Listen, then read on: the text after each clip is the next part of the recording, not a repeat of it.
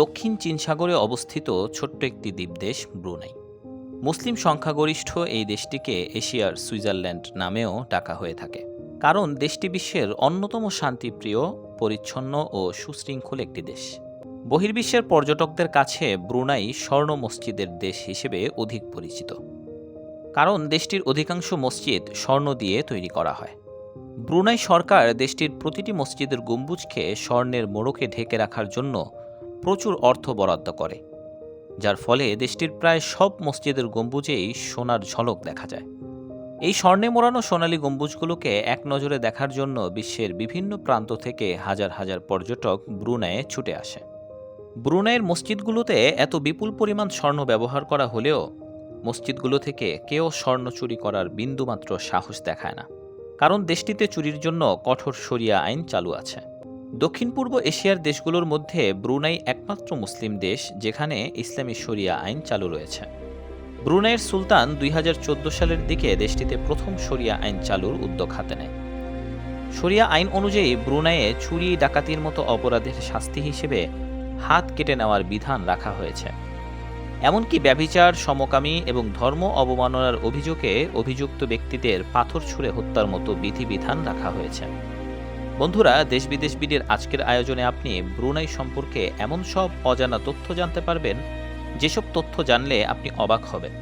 তো বন্ধুরা, বিভিন্ন দেশ সম্পর্কে জানতে আমাদের এই চ্যানেলটি এখনই সাবস্ক্রাইব করে বেল নোটিফিকেশনটি অন করে দিন। ব্রুনাই দক্ষিণ পূর্ব এশিয়ার একটি ধনী ইসলামিক রাষ্ট্র। দেশটির পুরো নাম নেগারা ব্রুনাই দারুসসালাম, যার অর্থ হচ্ছে শান্তির আবাস। ব্রুনাইয়ের এই নামের সঙ্গে বাস্তবতারও যথেষ্ট মিল রয়েছে, কারণ ব্রুনাই পৃথিবীর সবচেয়ে শান্ত, নিরাপদ ও স্থিতিশীল দেশগুলোর একটি। ব্রুনাই একটি রাজতান্ত্রিক ইসলামিক দেশ। আয়তনে ছোট হলেও অর্থনৈতিক শক্তি, রাজনৈতিক স্থিতিশীলতা এবং উচ্চ জীবনমানের কারণে দেশটি বিশ্বের অন্যতম ধনী রাষ্ট্র হিসেবে পরিচিত। আয়তনের দিক থেকে ব্রুনাই এতটাই ছোট যে বাংলাদেশের যে কোনো একটি বিভাগের তুলনায়ও এটি অনেক ছোট। দেশটির মোট আয়তন মাত্র 5,765 বর্গ কিলোমিটার, অর্থাৎ এটি বাংলাদেশের সবচেয়ে ছোট বিভাগ সিলেট বিভাগের চেয়েও ছোট। ব্রুনাইয়ের জনসংখ্যা মাত্র 4,45,000 জন। দেশটির রাজধানীর নাম হচ্ছে বন্দর সেরি বেগাওয়ান। ব্রুনাইয়ের সুলতান হলেন একাধারে রাষ্ট্র ও সরকারের প্রধান। ব্রুনাইয়ের মোট জনসংখ্যার 78% মানুষ ইসলাম ধর্মের অনুসারী, বাকি 8.7% খ্রিস্টান, 7.2% বৌদ্ধ এবং বাকিরা অন্যান্য ধর্ম পালন করে থাকে।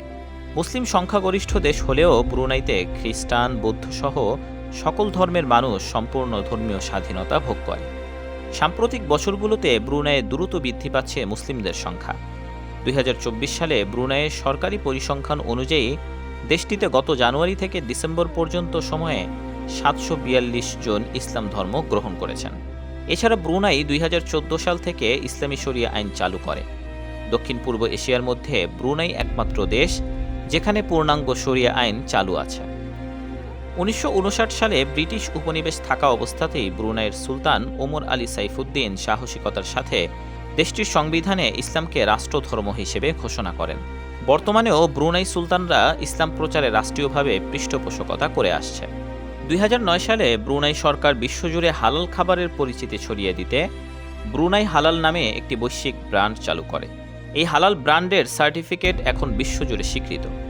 আন্তর্জাতিক বিশ্বে ব্রুনাই সর্বপ্রথম দেশ যেই দেশটি হালাল খাবারের ব্র্যান্ড চালু করে। আপনি যদি কখনো ইন্টারনেটে ব্রুনাই লিখে সার্চ করেন, তাহলে সবার আগে আপনার চোখে পড়বে একটি সোনালী গম্বুজওয়ালা মসজিদের ছবি।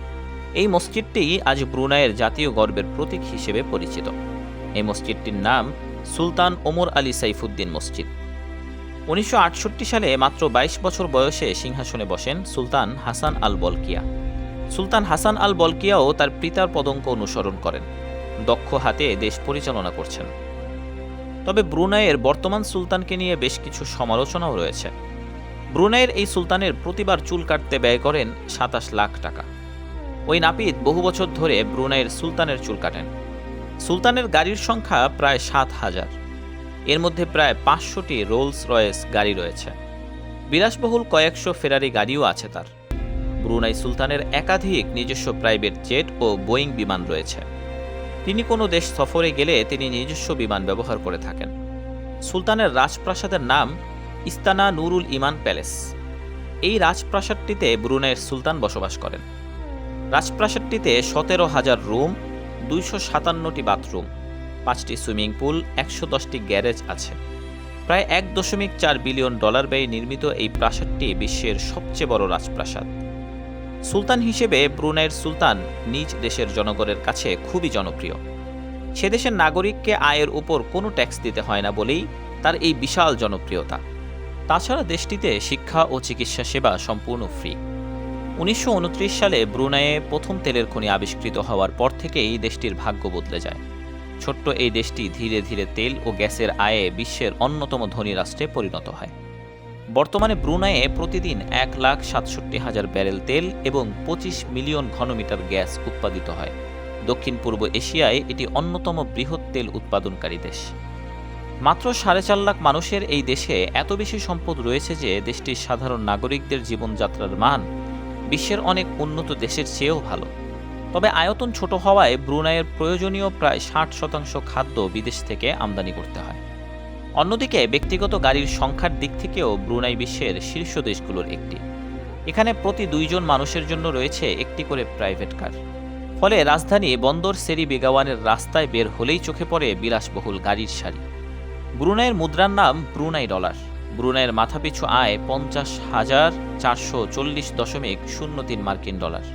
গোটা দেশই সবুজে ঢাকা এবং বন বনানীতে আচ্ছাদিত। দেশটির জনগণের তুলনায় সম্পদের পরিমাণ খুব বেশি, আর এই কারণে দেশটিতে সমস্যা ও জটিলতাও খুব কম। কোরআন তেলাওয়াতকে ব্রুনাইয়ে যথেষ্ট গুরুত্ব দেওয়া হয়। 2004 সালে বাংলাদেশের তৎকালীন প্রধানমন্ত্রী বেগম খালেদা জিয়া ব্রুনাই সফরের সময় ব্রুনাই সুলতানকে বাংলাদেশের বিখ্যাত ব্ল্যাক বেঙ্গল জাতের 20টি ছাগল উপহার দেন।